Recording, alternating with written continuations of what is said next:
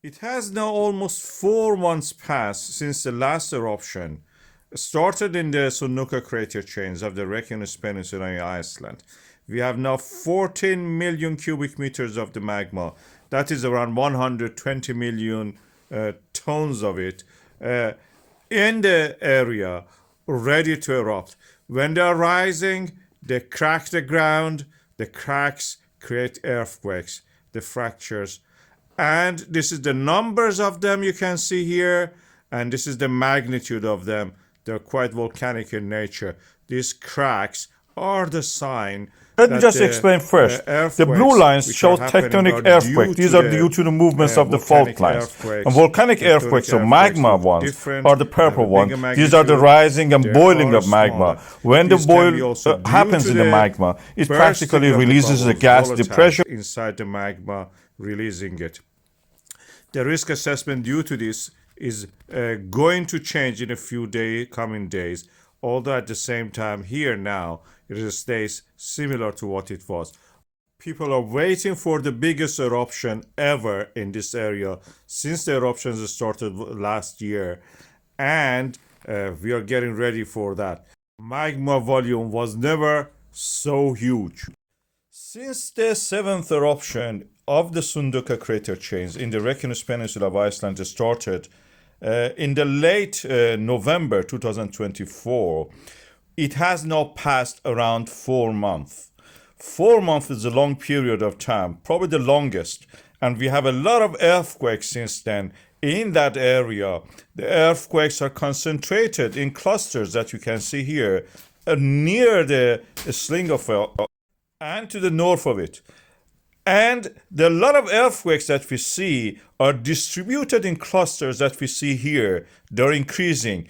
And the magnitude of them also has accordingly changed over time. You can see in the next bar chart, you see the in the green lights, these are definitely defining a series of the increase in the magnitude around the time of the eruption. In November we had it, and now we are having it around from February to March now.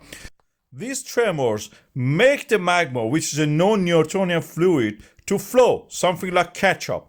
And when the flow happens, we see the evidence in the GPS data in the form of the fall and rise of the ground. This is the GPS data. It measures the distance between the ground and the satellite. And by that, we can see how much the land has risen due to the accumulation of the magma.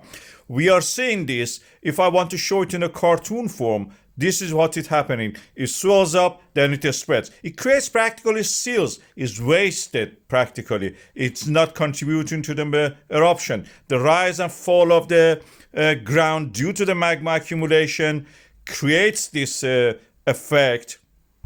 And that is the reason the time between the last eruption and this eruption has been so long. So far, the longest, almost 4 months now is passed. And we expect a lot of magma has accumulated, which on a very conservative estimate means around 300 million tons or megatons of magma, assume a density of 3 for the basalt, have been accumulated under this. It doesn't mean all of it will erupt. It has formed seals and the dikes.